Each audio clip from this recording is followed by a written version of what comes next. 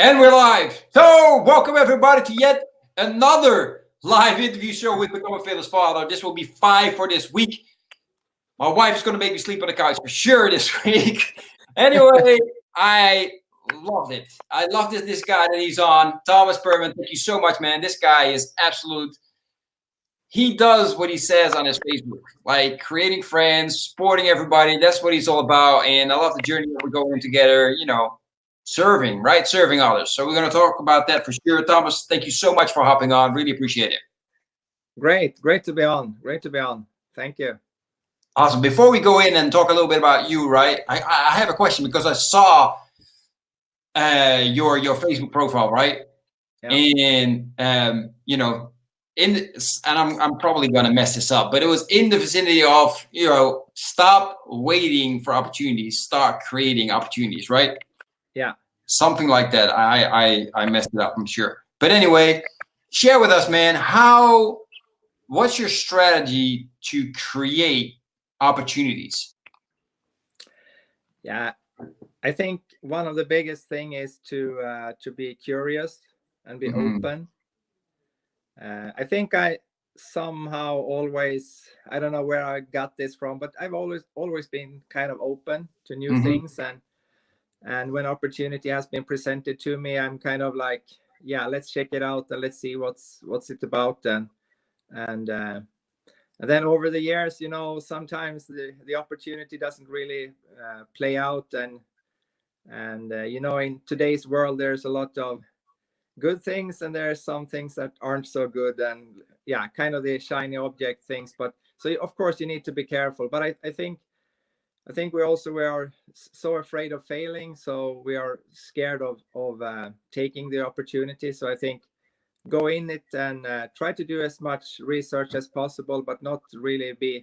I mean, people that are skeptical isn't really the people I'm inspired by. So I think of being open, being curious, and go for it, and talk to people, and so I think curiosity is the answer to your question.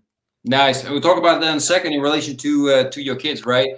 Yeah. Plus fearlessness, because I saw a video with them going out on their sleds. Just, we got to talk about that because I thought it was really cool. Anyway, man, Thomas, share a little bit about yourself, right? Share with us something, about your marriage, something about your kids, and of course about you, your background story, and then we'll take the rest from there. Yeah. Okay. Yeah. So Thomas from Sweden. I always say when people ask where I come from, I say the land of IKEA, because everyone knows where they have been messing around with that flat packed furniture, and there you go. or ABBA or meatballs. That's kind of the ding ding. Yeah, exactly. So I have I'm kind of the family guy. I have 3 kids, one a bit older son that is 16 now, and then kind of started over again a couple of years ago. So I have 2 small ones, one Nelly that is 4, and Emil that is turning actually 3 this weekend. Congrats! Cool. Yeah. So that's for the family side, and then I have my spouse, of course, Marlene. So we haven't gotten married yet. We haven't kind of come around to do that, but that will happen for sure. Let's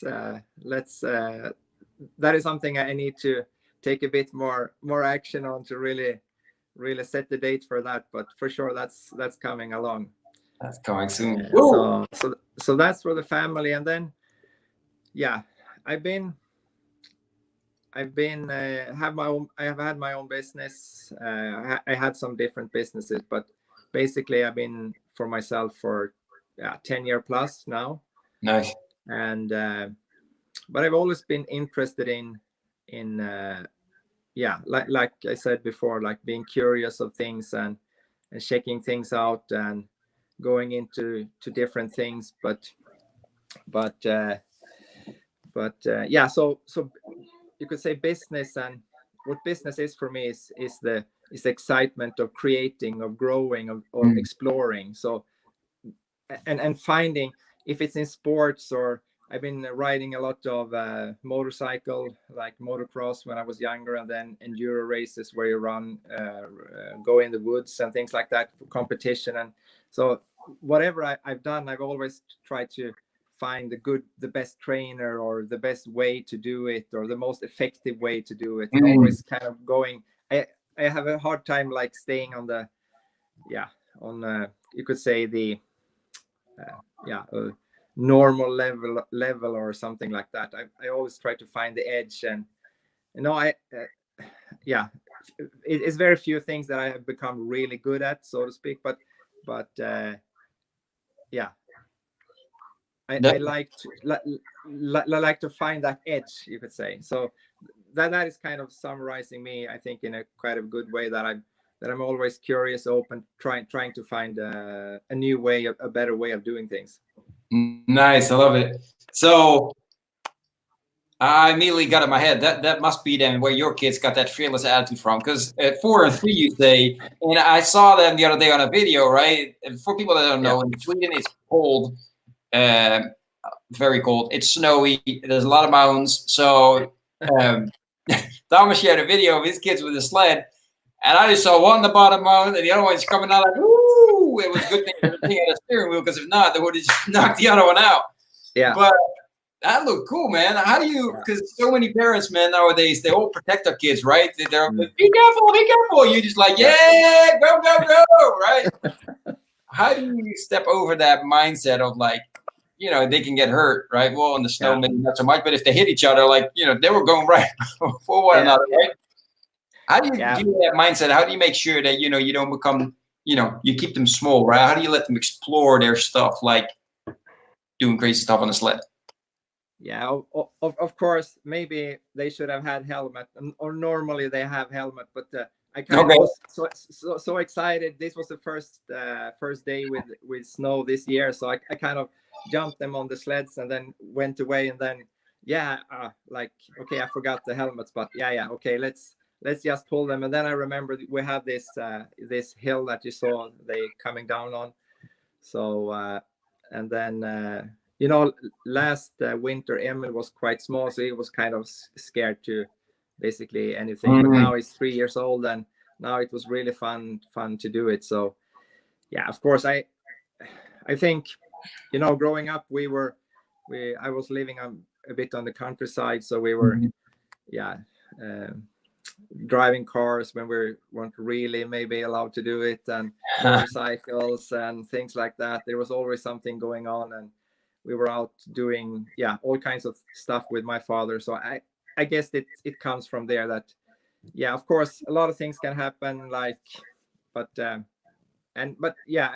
I think as I've gotten older, I've gotten a bit more careful as well. But I think it's a lot more fun when you can play outside, do things, and and I like motorized things, motorcycles, things like that, cars, whatever. So it's the racing aspect of it, you could say. So exactly. So you're just trying to stimulate your kids to go as fast as possible as well, right? Yeah, that's awesome, man. I like that. No, that's great. And it drives me nuts, man. At the playground and stuff, all the parents like, oh, be careful, be careful, be careful. I'm like, dude, just let them explore. If you fall, then we'll see what happens. But most of the times, one, they don't even fall, and two, if they do fall, it's just a little scrape, if that, right? Yeah, exactly.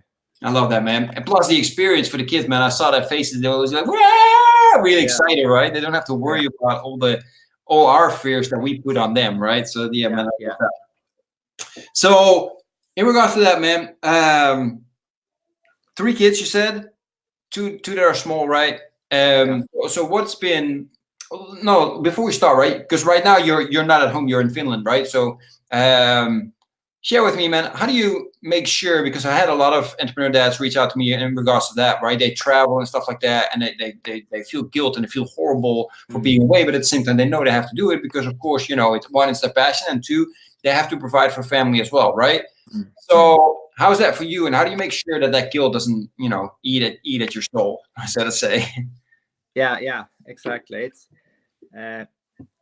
yeah, this is of course different for everyone, but Mm. typically the way it's working for me is that I go away for a couple of weeks, like yeah, three, 4 times a year.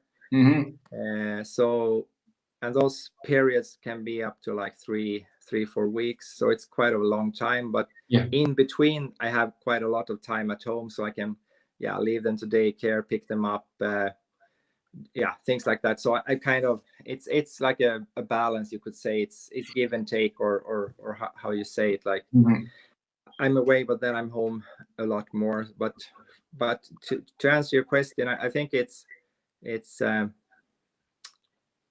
yeah, it's, yeah, the best way to teach our kids, and in my opinion, is to lead with the taillight. I go first, and then they can see how I do it. And of course I'm away, but they will also see me doing stuff, providing value for people, solving problems.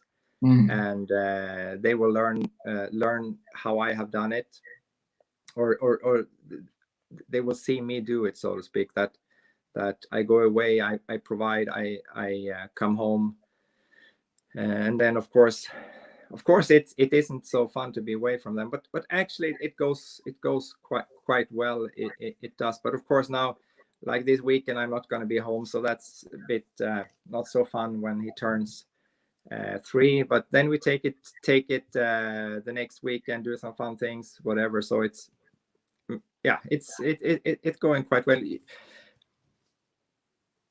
But let's say I mean, this is kind of the thing that is, could say, driving me, is the need to grow and to become better, to learn, to expand, to create more for myself, so I can give to others, both in terms of, yeah, my time, my attention, how I can provide for others. It could be money as well, that you can give to charities, whatever.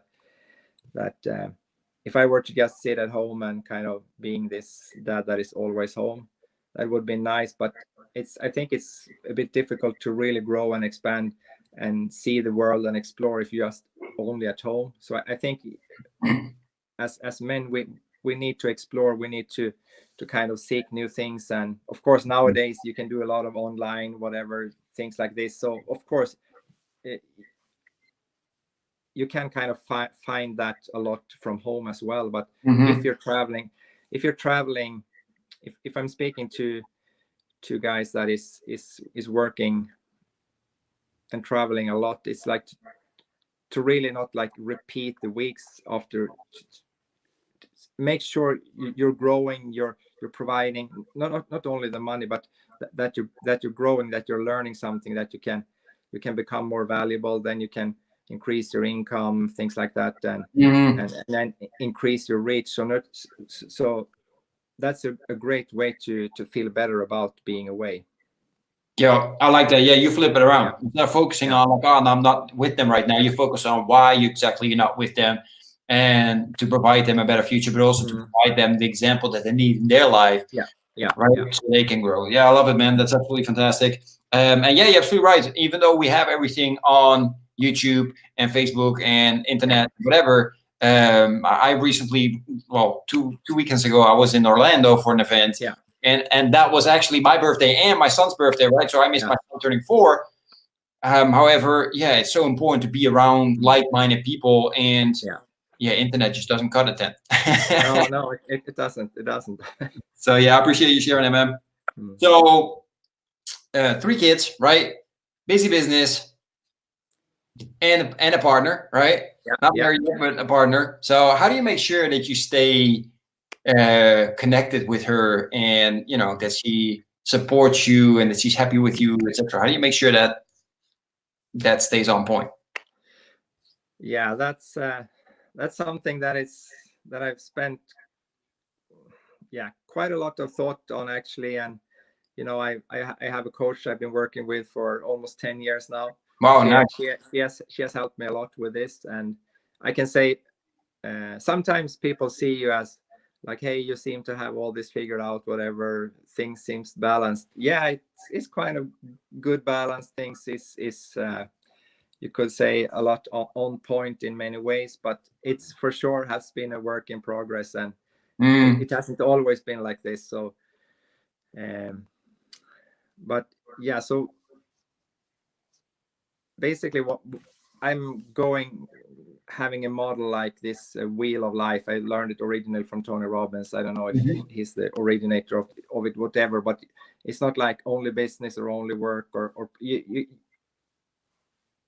see it as a wheel, or as a cake with those different pieces in it. Like you need to have your fitness, and you need to have your business, your family, your relationship, and in the past my focus on the relationship was like this. So basically what I have done is that I kind of balanced the wheel out. And I know everyone messes up from time to time, and I do it quite a lot, especially in this area. But that is the great part when you're kind of living with an intention in your life, that I don't fall off track for weeks or months, or go into some deep depression, that I'm recalibrating all the time. I can skip a week or whatever, but typically it's within a week or two range. So I recalibrate my wheel of life and make sure I get the time in there. And with two small kids and business, that, like you said, it's easy to kind of lose out on that part. But so I think it's a lot about just being aware of that it is an important part, and you need to focus on it, and you can't this can be I'm just thinking of a lot of great things to share here, but I think the most important is to be aware of it, and recalibrate it, and then also to have common goals that you're working towards. In the past, it was only like, I want to accomplish this, buy this, whatever, earn this X amount of money, have this revenue, whatever. But like now we have set up a new exciting goal of buying a cabin in the mountains. So now nice. We have this shared goal. So it's incorporated in basically a lot of things we do. Exactly. So what you're saying is you also build out shared goals with your partner when you work on towards together. I like that. That's awesome. And then, of course, you mentioned that's something very important. I hope it didn't slip in there. No, and people can get it. Intention, right? So what you're saying is like you got to be intentional about making sure that the relationship with your partner works. At the same time, knowing that, look, I'm gonna mess up, right? Yeah. I'm a man. What do you expect? It is what happens. Exactly. And I just keep moving forward, right? I learn from it. I grow. So yeah, man, that's very important, because I think also that's one of the things that we do. We get so upset with ourselves that we stay in our head, in our own space, right? Which is the worst space to be in. So man, I definitely appreciate that. Now, one of the things you said also real quick, and I want to hear a little bit more about that, is that you said like, okay, so you have that big cake, and one of the big pieces is, making sure I take care of myself. Well, you said, fitness, but what are some of the things that you do to make sure that your mind space, your body, your health, right, your energy level, etc. How do you make sure that that's growing and on point?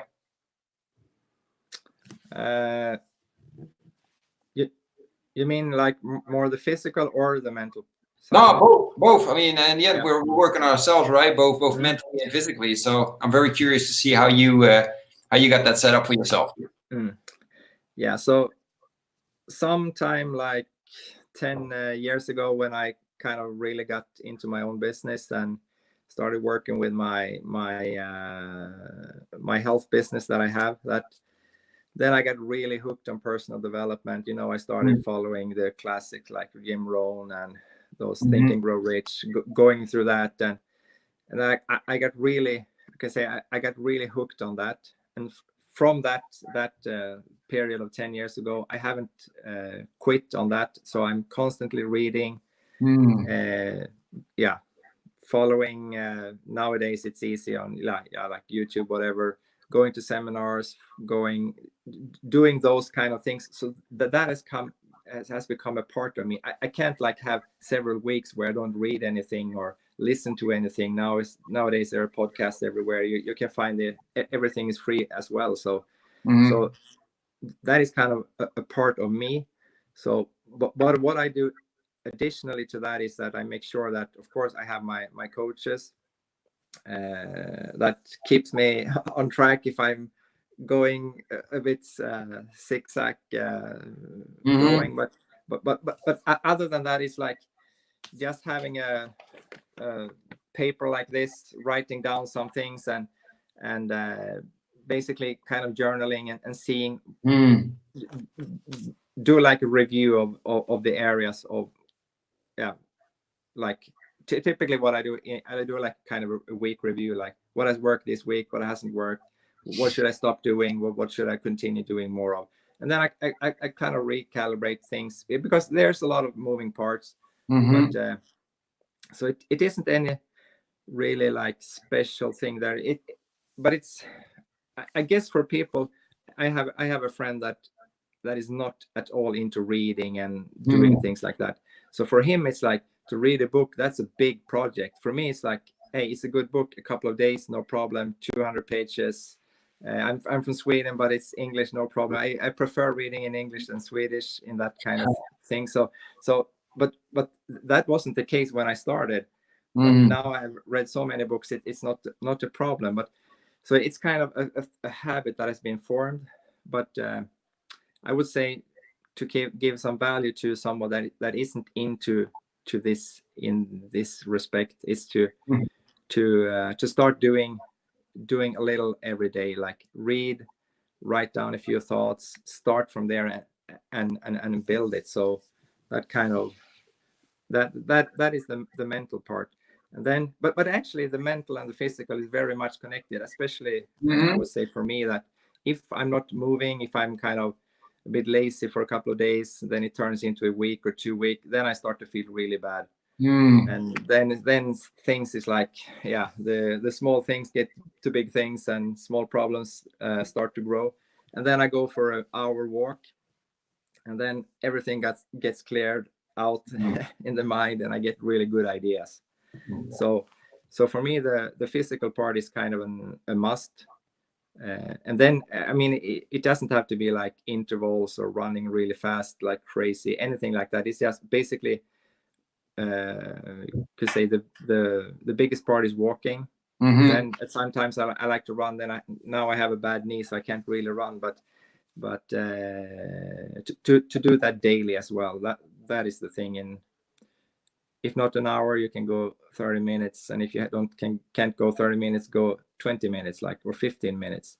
Just going out, getting the oxygen going, the blood flowing, that clear your brains a lot. So it's kind of those two things. Exactly. Yeah, I love the advice that you shoved in there on both ends. It's like, look, if you're not doing it right now, just start doing it a little bit and consistently, right? Yeah. It's not about saying like, oh, I never read, so now I'm going to sit down. I'm going to today I'm going to read for 6 hours, and then the rest of the month I can't do anything. So I like that. That's really good advice. I was listening actually the other day. It might have been Jim Rohn who was saying that. Like, it's so important to do small things consistently and just do them every day and build them out into a habit. That will get you way further and faster than just stuffing it all in one day and just going all crazy. And I love it. So I appreciate you sharing that. No, man, I told you it's going to go fast.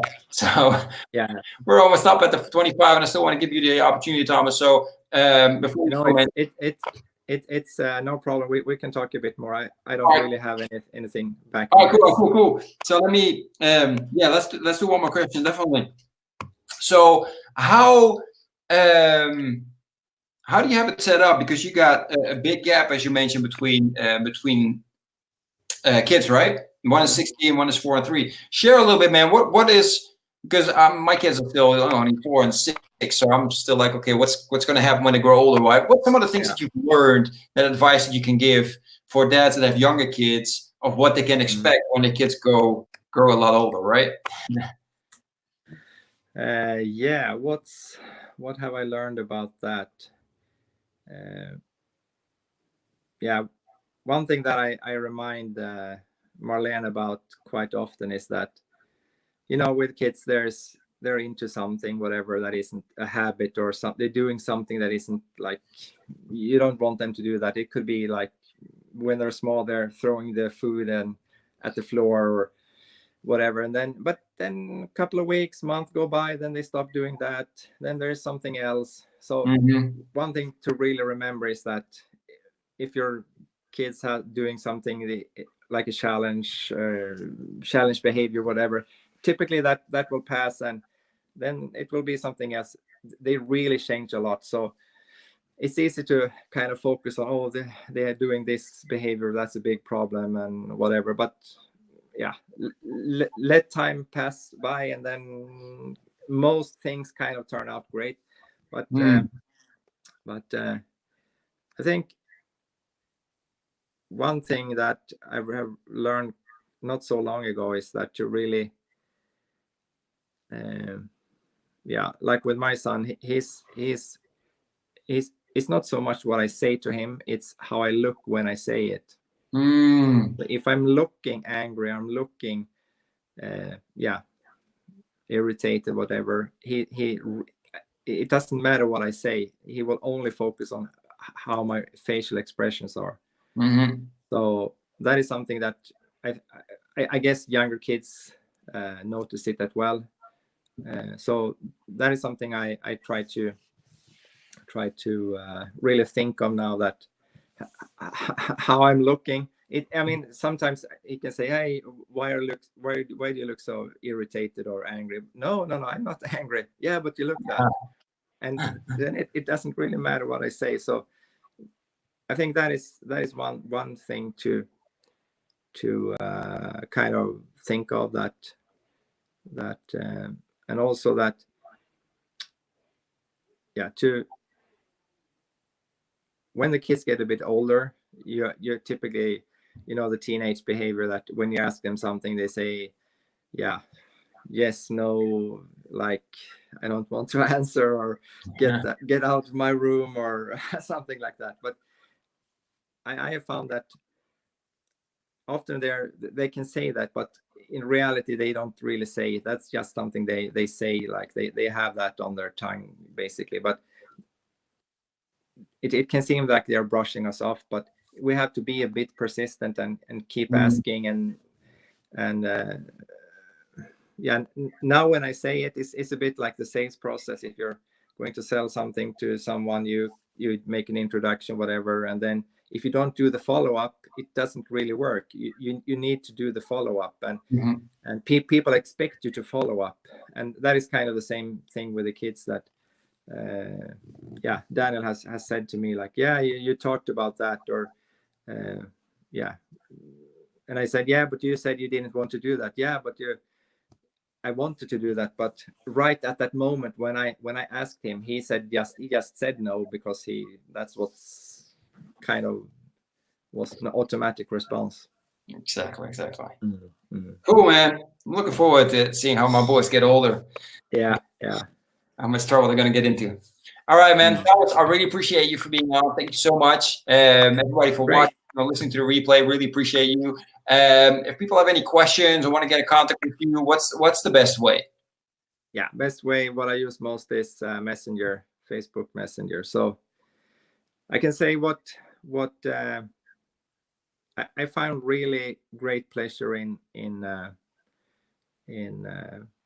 helping people, and I found often it's I mean, typically we know what is right to do. We don't really have all these kind of 250 problems in life. It's typically kind of this more or less the same everyone has. So we can come a long way with some universal things, and then a bit adjustment, and also someone that actually listen to us, because most of us, we don't take time to listen to other people. We just kind of repeating our own problems and things like that. True. Absolutely. So, cool, man. Thomas, again, thank you so much for being on. Really appreciate it. Yes. Nice. Have an amazing rest of the day. I'm going to bed. I gotta walk the dog now. It's late here. So is it for Thomas. Everybody, have an amazing day, and we'll see each other very, very soon. Take care. Yes. Bye.